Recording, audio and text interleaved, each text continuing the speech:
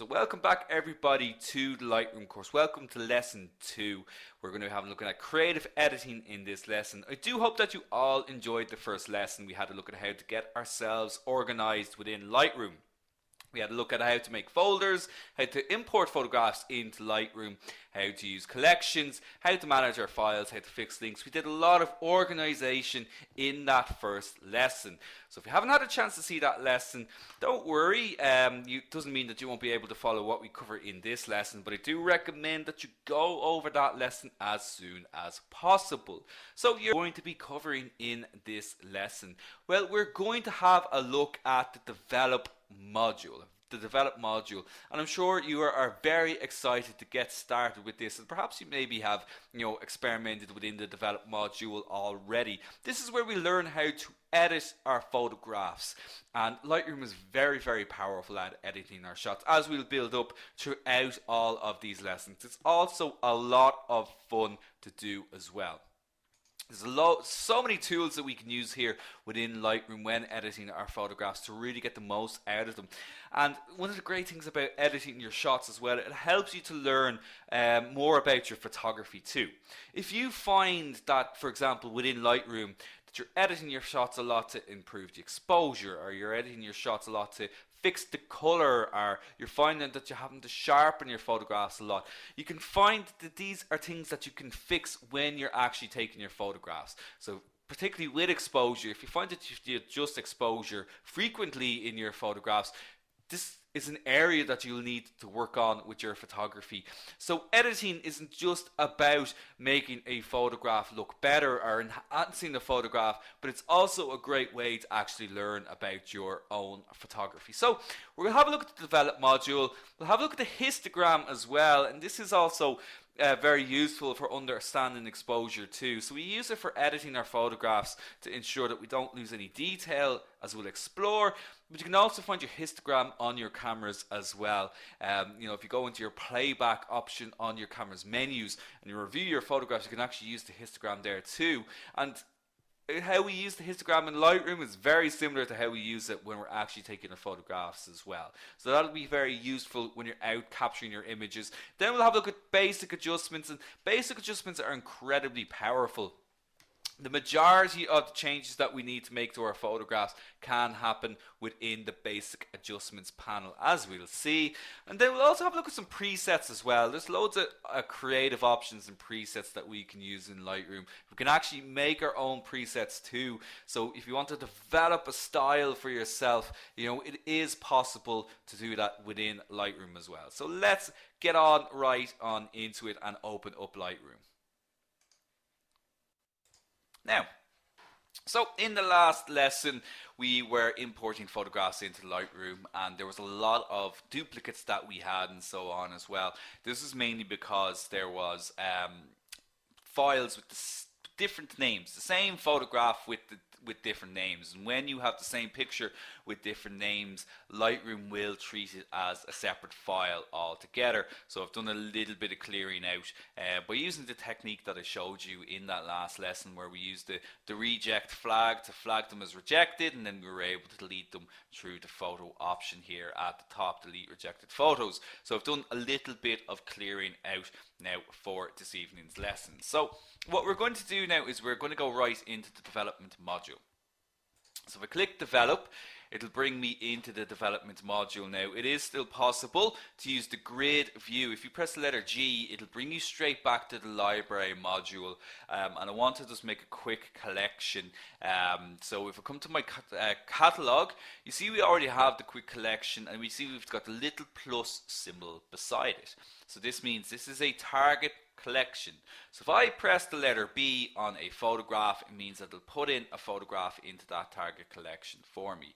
And I'm going to put this photograph into it. We'll be working on that a little bit later on.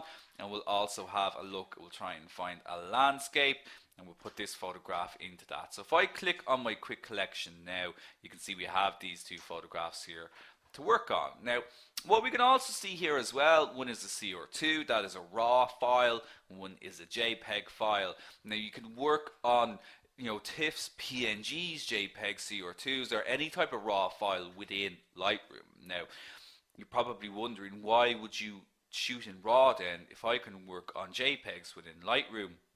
Well, with JPEG files, there are certain changes that are embedded in them that cannot be undone if you're not aware of this already. So if we say take a photograph on our cameras and we have a sharpening option in the camera, we have a noise reduction option in the camera, white balance and all this kind of, these kind of settings, these are applied to the file at the time of the capture of the exposure, and they cannot be undone.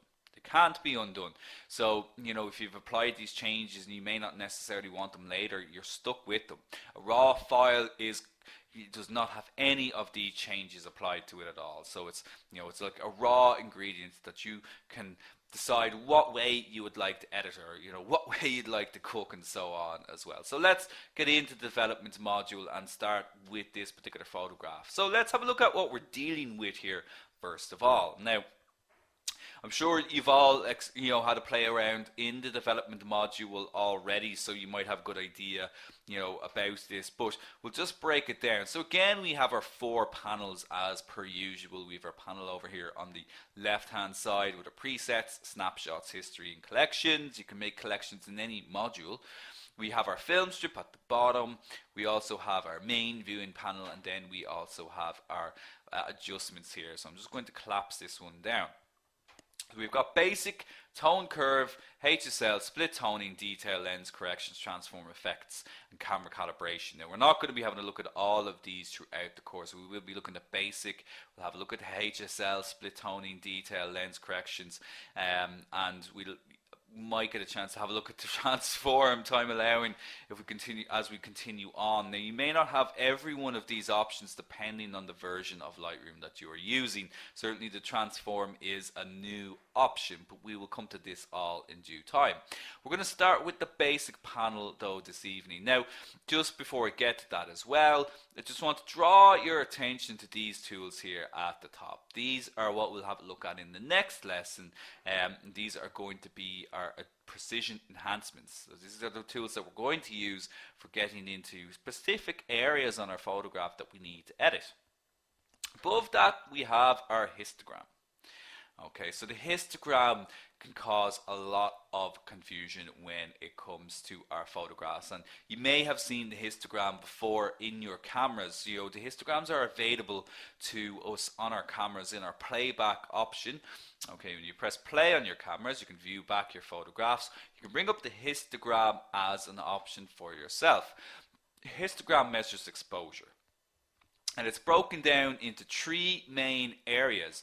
We have blacks, we have exposure or mid-grays, okay, so sometimes it's just referred to as gray, and we have whites. So we've got blacks, we have exposure or mid-gray, and we have whites. We have 2 smaller areas then. We have shadows and we have highlights as well. Shadows and highlights. The vertical part of the histogram, so the part that's going up, measures the volume of tone. Okay, the volume of tone or the volume of color. Now, don't worry too much about the colors here. It's mainly the gray part that we're interested here in this. Okay, so don't really be too concerned about the colors in this at the moment. The gray part measures luminosity, which is your exposure. So we're mainly concerned with that kind of gray area. So the height of the histogram measures the volume of tone. So in other words, looking at this histogram, I've got very high spikes in the black. Okay, we can see that reflected in the photograph. There's a huge amount of dark areas in this shot. I have no highlights and I have no whites at all. No highlights or no whites at all. Now, this is a dynamic histogram, so this means I can actually click on the histogram and start to drag it over to the right to make a change to the photograph. So I've highlighted the highlights area. Okay, I've clicked on it and I'm dragging it over to the right. You can see that is bringing some highlights into the photograph. I could click on the whites area and drag it even further. Now you can see that there's whites coming into the photograph as well. We have some information in this area now, and you can see that reflected clearly in the photograph. So each one of these 5 areas, it is possible to click on them if you were using a newer version of Lightroom, and you can simply click and drag them the way that you need to. If you happen to be using an older version of Lightroom, Click down the basic panel and let's have a look at what we're dealing with here. With the basic panel we have lots of different sliders, but you might already be noticing if we come to the tone option here, we've got exposure. That corresponds to the middle part of the histogram. We have highlights, we have shadows, we have whites, and we have blacks. If I manipulate these, so let's say I just go to the whites option here for the moment and I slide it down. So I'm sliding it all the way down to the left. You can see how it affects that histogram. Okay, so you can see very clearly how it affects it. So you don't have to have that dynamic histogram.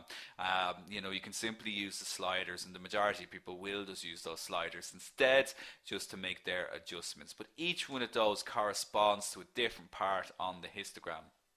So you've got very precise control over the exposure in your shot. Okay, so just to quickly go over that again, the height of the histogram measures a particular volume of tone, so we have a lot of blacks in this photograph. The horizontal of the histogram represents the tonal distribution, So in this particular photograph, I've got tones going all the way from blacks to shadows, all the way to just about to whites now. Okay, so going right across this information across the entire part of the photograph. Now, there is no one histogram for any photograph. And this is where, you know, I can see questions about this coming in there already. There is no ideal looking histogram. As you continue on with your editing and with your photography, you begin to be able to read the histogram more accurately and know how it should look for your photographs. And this is something we go into in depth on the Ultimate Photography program, where we have an entire class dedicated to how you use the histogram and how you can use it to get very accurate exposures. For the moment, I just want you to understand that there's no ideal histogram for any photograph. And you know, if you have a photograph, say, with lots and lots of dark tones in it, you'd expect that there's a lot of information over in the left hand part of the histogram. If I have a photograph that has lots of white tones in it, I would expect a lot of information over on this side. Okay, so it's a guide to let you know that there's where the tones are falling in it, in your photographs, and if you need to make any changes. Now, there's these two little triangles above our histogram here as well. These are called shadow and highlight clipping indicators. Okay, so if I reduce the shadows or the darks down, let's just slide the darks down very, very dark. As you can see straight away, all the information is being stacked up in the in the left hand side of the histogram. Now, when you see a stack like this on the very right or the very left of your histogram, that means information is being lost. Okay, and we can see here all this blue is coming in to show the areas where the information is being lost. Okay, so you can use these clipping indicators as a guide to make sure you're not losing info. If we go the other way, you can see all of this red coming in here, and that is indicating to me that I'm losing information in the white parts, the highlight parts of the photo. And again, I can see a huge amount of information stacked over here on the right hand side. With a histogram that looks like this, if I just switch off those clipping indicators, you can see we have this type of U shape. This U shape indicates a very contrasty photograph, because we've loads of information in the blacks and loads of information in the white, and the information in the center is a little bit lower. So that means a very contrasty shot. A U-shaped histogram typically indicates a contrasty photograph. Okay, so we want to bring that information back and bring this back here as well. If I come to the contrast slider here, you can control the contrast. You can see if I push the contrast very high, we get that U shape there again. Okay, if I push the contrast very low, all the information then is kind of pushed to the center of the photograph, and you can see we're getting much higher spikes now in the middle of the shot. And that indicates, you know, a kind of lower contrast type of photograph. So I hope that's you know, quite clear to everybody, and you're getting a bit more of a sense of how the histogram actually works. But I think for the time being, you know, when we start editing our photographs, we're going to be mainly using these sliders. Now I'm just going to reset them all. So we double click them all, and it'll just reset those all back to the center. Now, what I want to do before I start manipulating and editing this particular photograph is I need to correct the white balance. Now, as we can see clearly in this photograph, it's very cold. It's very cool. Okay, so the white balance is the color temperature of the photograph. Okay, every different type of light source is a different type of color temperature. This is basically how the photograph is going to look in terms of it's going to create a cast of light or color over the photograph. As you can see here, you know, it's very blue.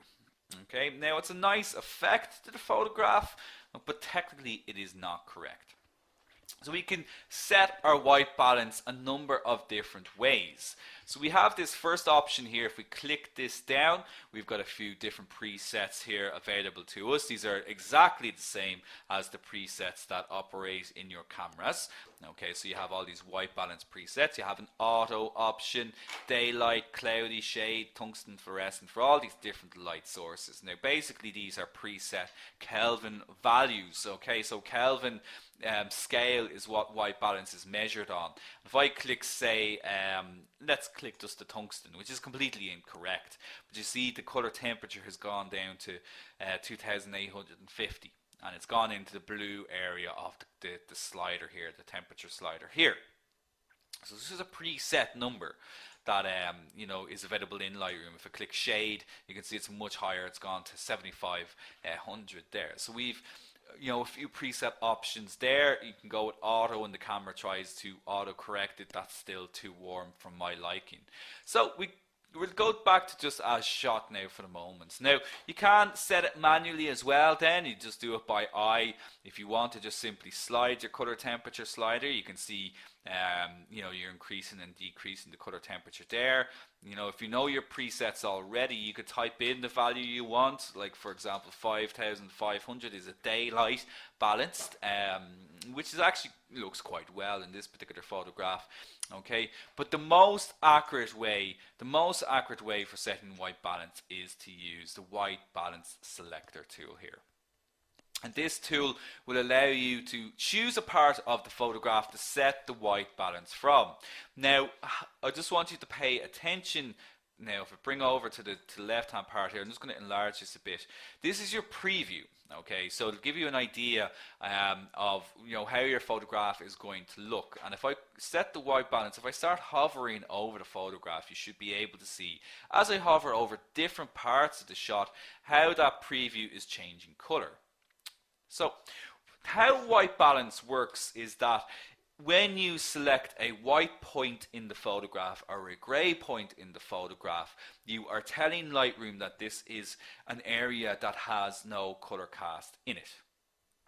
Okay, so neutral gray or 18% gray, if you're familiar with gray cards, you would set the white balance using them. If you haven't got a neutral gray card, you can use a white point in the photograph to select the white balance from, or you can use something that's close to gray as well. So if I have a look at this photograph, there's no white in the shot at all, but there is gray. There's a lot of gray in the photograph, and I think this is probably the closest to neutral gray in the photo. And if I select that, that is giving me a much more accurate color temperature. And as you can see, it's very, very close to the daylight color temperature, but that's giving me a much more accurate color temperature. Now, a lot of students, and I can see the questions coming in there already, why white or why gray? Well, these are typically colors that should have no color cast in them. So you know, and it's the same with how your camera works. If your camera assumes, it sets the white balance from what it assumes is the brightest point in the photo, it assumes that's white, and it'll try to work out the white balance for you. Okay, you can use gray as well, as gray is a neutral color. You know, if I tell Lightroom that the area that I'm selecting is gray, and it is an actual gray, it'll give me the correct white balance. If I was to choose somewhere else in the photograph, like say I choose the branch here, which is brown, okay, I'm telling Lightroom that this is gray when it's really brown, and it sets the white balance incorrectly for me. So, you know, you do need to select a gray point. Now, as I said, that preview is a very, very good guide to give you an idea, you know, of whether or not it's going to look correct. Now, with that done, I can start to make changes to the shot, and I want to increase the exposure here for sure. So you can see the dramatic effect by increasing that exposure. Okay, so your exposures work the same way as stops. Okay, so I've gone to +1 and a 0.07, but I've got to +1. Okay, that's like adding double the amount of light to the photograph. So the exact same as your exposure values are your stops in your camera. You're adding double the amount of light each time you go up or down, on the exposure scale. I'm going to increase those whites a little bit. I don't want to go too far with it, but already that's had a significant impact on the photograph. Okay, we can reduce those highlights down a bit if we wanted to try and bring some detail back. Typically, what landscape photographers will try to do is they want to reveal as much detail as possible. Now, I say typically, it's completely subjective, but if we reduce the highlights and increase the shadows, this reveals a lot of detail in the photograph. So reducing the highlights and increasing the shadows will reveal a lot of detail, and we can see that very, very clearly in the photograph. I might just bring those whites up a little bit, bring those blacks down as well. So now, we've got a far better looking histogram. The distribution is a lot better. It doesn't matter that it's not filling up the entire area over there at all. I do want to maintain some detail in those clouds as well. So just by making those very simple changes, we have made a dramatic impact to the overall quality of the photograph. If we have a quick before and after, you see you can press the letter Y, or you can just simply click the icon here. You can also remove the panels here by pressing Shift Tab, and you can see the big difference made already by setting the white balance correctly and making changes to our exposure. Much, much better. I'm much happier with that. But that's only the tip of the iceberg in terms of what we can do, with these photographs. So I've just gone back to the loop view here by pressing the little icon there as well. Now, we have a couple of more sliders here at the bottom. We've got clarity, we have vibrance and saturation. So what are each of these sliders used for? Well, clarity is basically a mid-tone separation. It'll add contrast to the mid-tones in your photographs. So when we come back up to our histogram, remember the mid-tones fall in the center where it says exposure. Okay, so this is where our grays fall in the photograph, the mid-tones. Okay, and sometimes they can be a little bit flat, a little bit muddy. Okay, so by using clarity, we can add contrast to only those tones in the shot.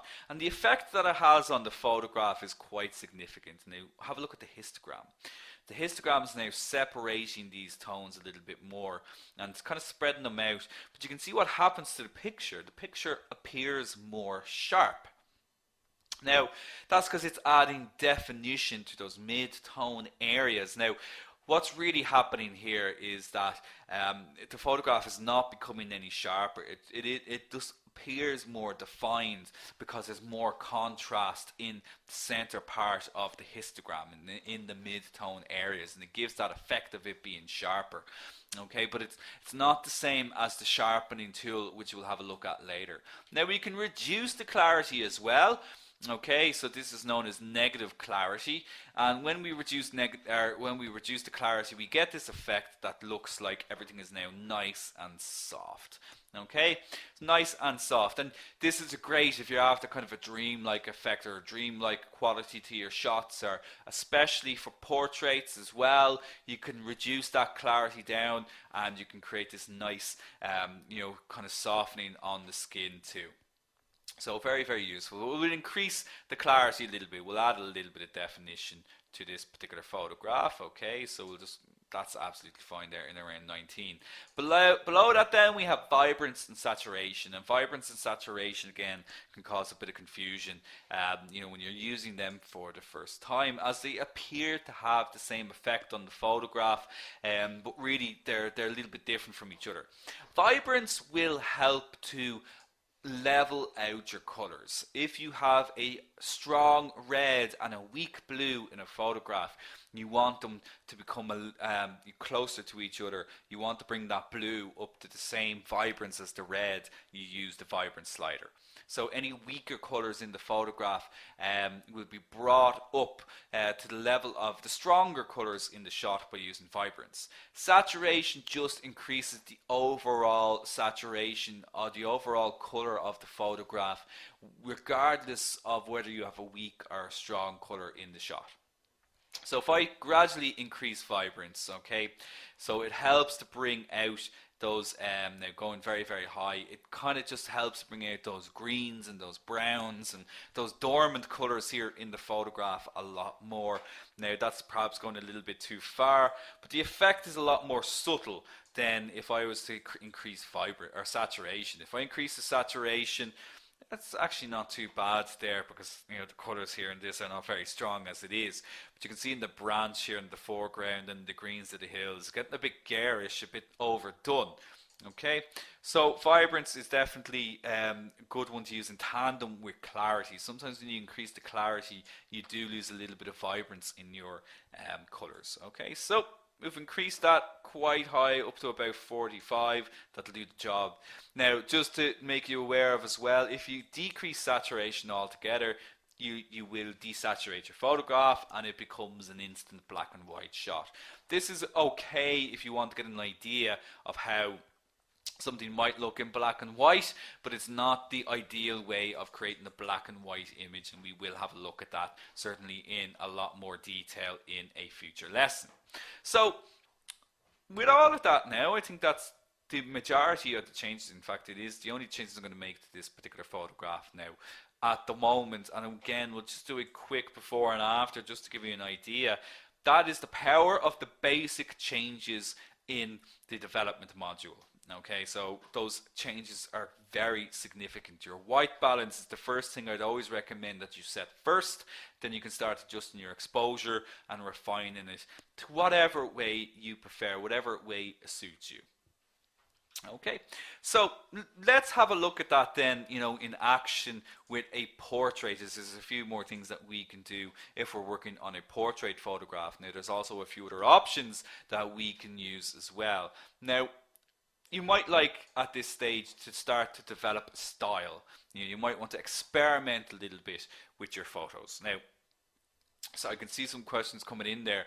Just coming back to this really, really quickly, these changes are saved. I don't need to press anything to save these changes. If I close out of Lightroom and I open up Lightroom again, those changes will be still active. Okay, so they just remain that way until I decide that I want to maybe export the photograph and save it, and then I might reset it. If you want to undo all of your changes straight away, you can simply click the reset option and it zeroes everything. It just puts everything back to the way it was when you first started working on the photograph. Okay, so just simply pressing the reset button, you know, resets all of your changes. Okay, but they will just remain in place. So I'm absolutely okay to leave everything like that and come back to it then at a later stage if I wanted to start changing things again.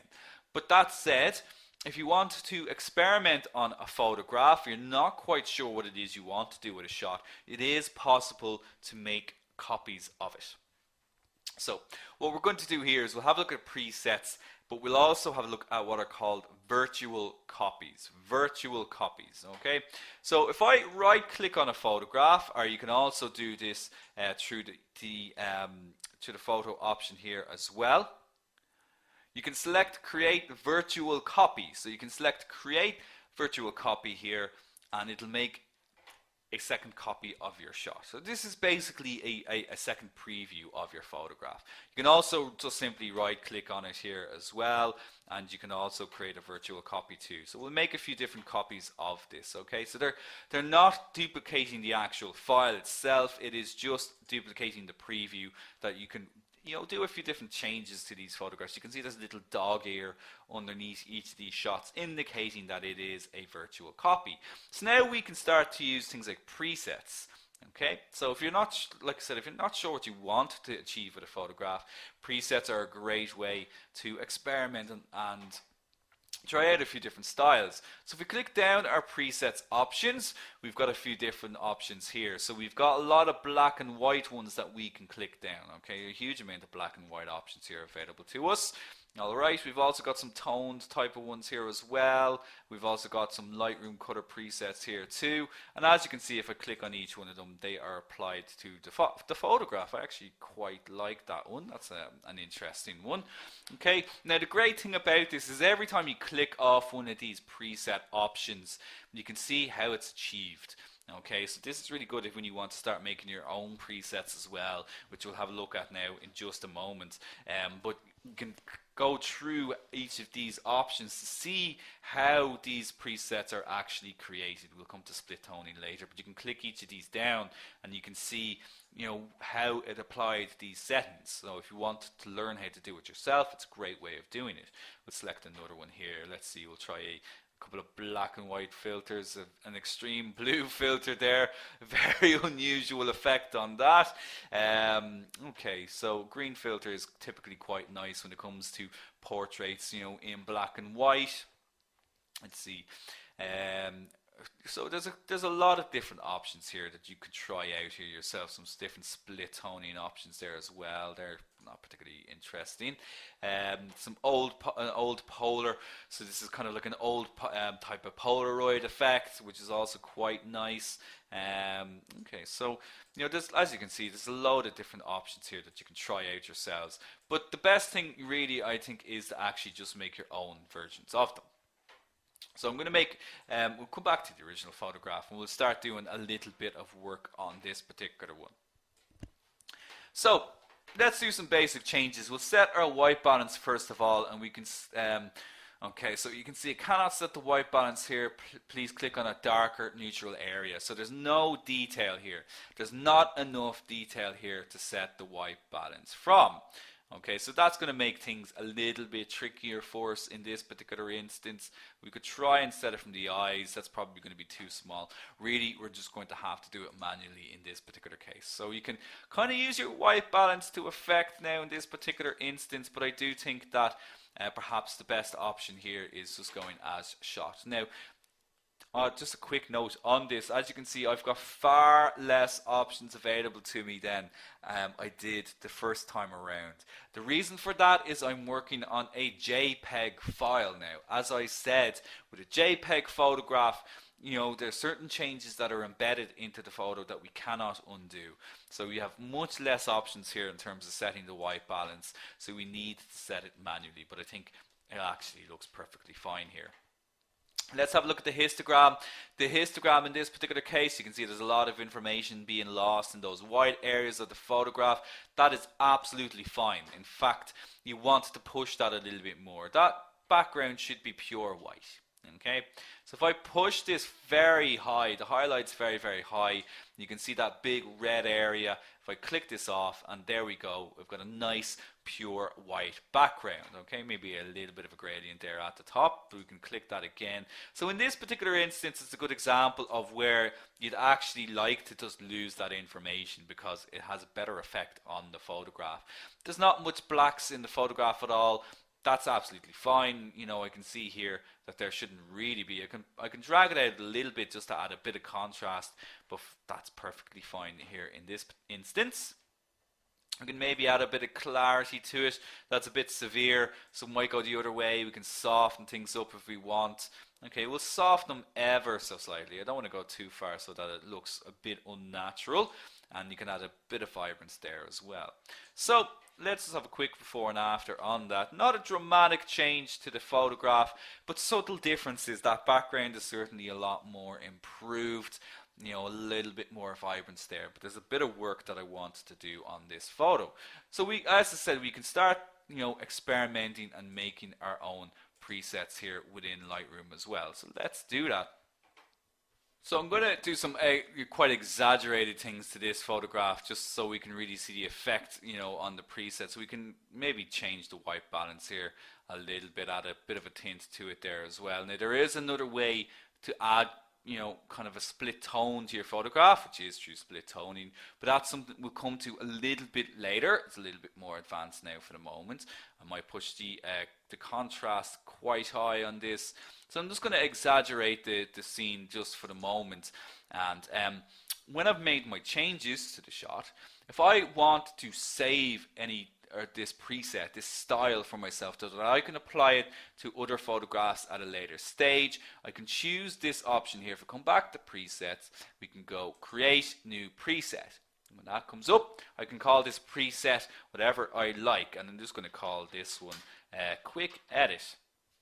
And this will save into this folder called user presets. Okay, so you can check off what you like here. You can click off your basic tones. If you want to apply all of these changes to future photographs, you can apply your clarity, your sharpening, all these other options that we'll have a look at later stage. We click create if we're happy with that. Sorry, I have to zoom in on that, and you can see that it's added to this. Now there's some older ones here that we have as well, created by Gary, who's one of the other educators here in Shaw Academy.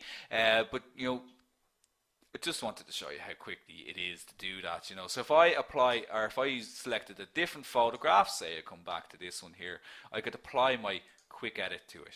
Now, as you can see, it's completely wrong for this particular photograph, but it just to give you an idea that it is possible then to apply these presets to any other photograph that we have within Lightroom. Now just undid that there by pressing Control Z. Control Z will undo any changes that you've made there as well. Okay, so just the final thing then I want to show you with this particular photograph is how you can do a little bit of work on it in terms of healing the photograph. Okay, cloning and healing. If I'm zooming into this particular photograph, you can see there's a few imperfections here. Now, you might be happy with these imperfections in your shots, and typically I wouldn't edit them out myself, but you may be doing work for somebody else, for a client, for a bride, even for a groom, who doesn't want these little spots and imperfections in their shots. So it is possible to remove those within Lightroom. Now, it's not something that we can do as extensively as within Photoshop, but there is still a few tools here that we can use. So if I come up to these options here, okay, so we'll be digging into these a lot more in the next lesson, but we want to have a look at this one here called spot removal. So spot removal, and if I click that, we've got clone and we have heal. Clone and heal. Okay, so the difference between cloning and healing is clone will sample an area of your photograph, okay, and make a direct copy of it, applied to whatever area it is that you're trying to cover up. So in other words, I'd sample some of the skin here, and I'd completely clone it up here to cover those spots. But the problem is then I get this glare, this glow, on the forehead. Healing works in a slightly different way. You still have to sample with healing, but it tends to, I suppose, fill in rather than just make a direct copy. It tries to fill in, and so it's a little bit more subtle in terms of the change that it applies, and it's a lot better for working on spots and that. So let's apply it.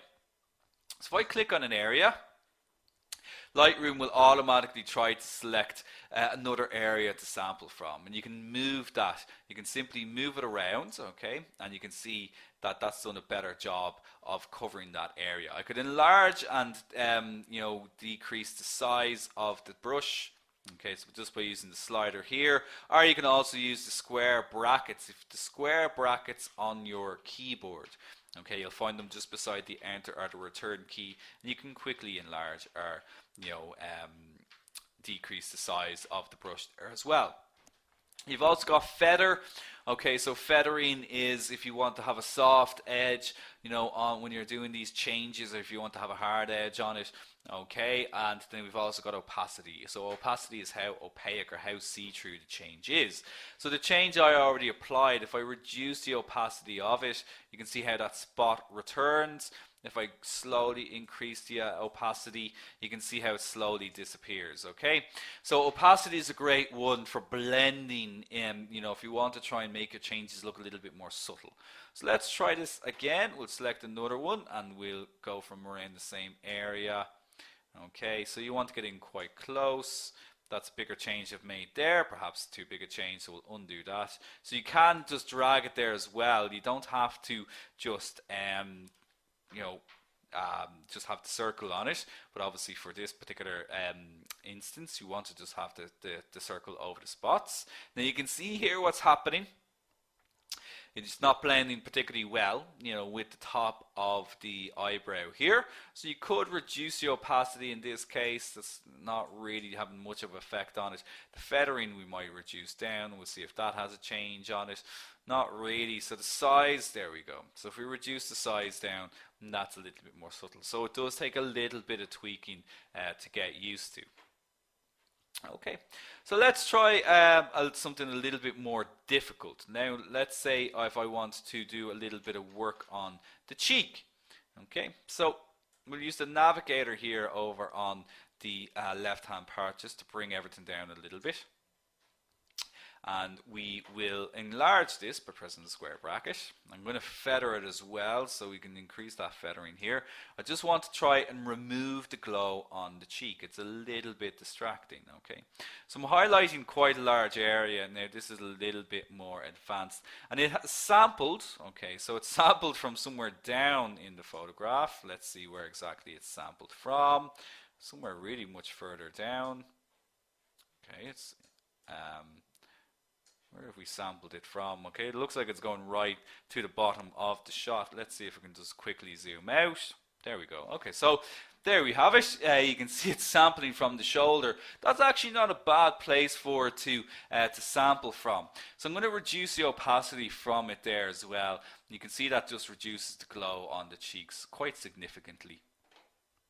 Now, let's see any other areas that could do with a little bit of work on. Underneath the eye, could do a little bit of work on here as well. And again, you want to try and keep it kind of subtle. Now that's sampling from the forehead from the looks of it. Okay, not a particularly ideal place for it to sample from, so I can change, click and drag to change where it's sampling from. Let's tell you how that looks. That looks a lot better, but again, you want to maybe just reduce the opacity because you want some of the eye and some of the details to come in, the lines to come in there through underneath, because you don't want it to look too unnatural. So you can continue to work away on this to your heart's content, obviously to the point that you're happy with, and what I'll do is I'll just zoom out, and when you're happy with all of this, you can simply click done. Okay, so that will just hide it for you. If you want to activate it again, you just simply click your brush tool, your spot removal again, and you can click on each of these pins to make them active again if there's a little bit more work that you have to do. But I'll just click done on that for the moment. Okay, it's certainly looking a lot better. We'll do a quick before and after, and let's enlarge it there as well. And you can see the difference there. Subtle differences, okay, but they are there.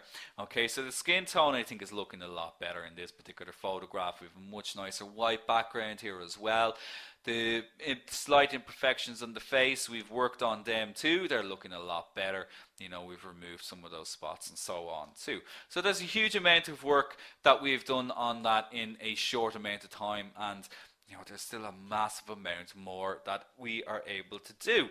Okay, so we I think we'll finish up there now in terms of everything that we need to look at in Lightroom in this lesson. So we've covered a massive amount tonight. You know, we had a huge look, and remember we had a look at our landscape photograph there earlier on. We have had a look at these different presets and virtual copies.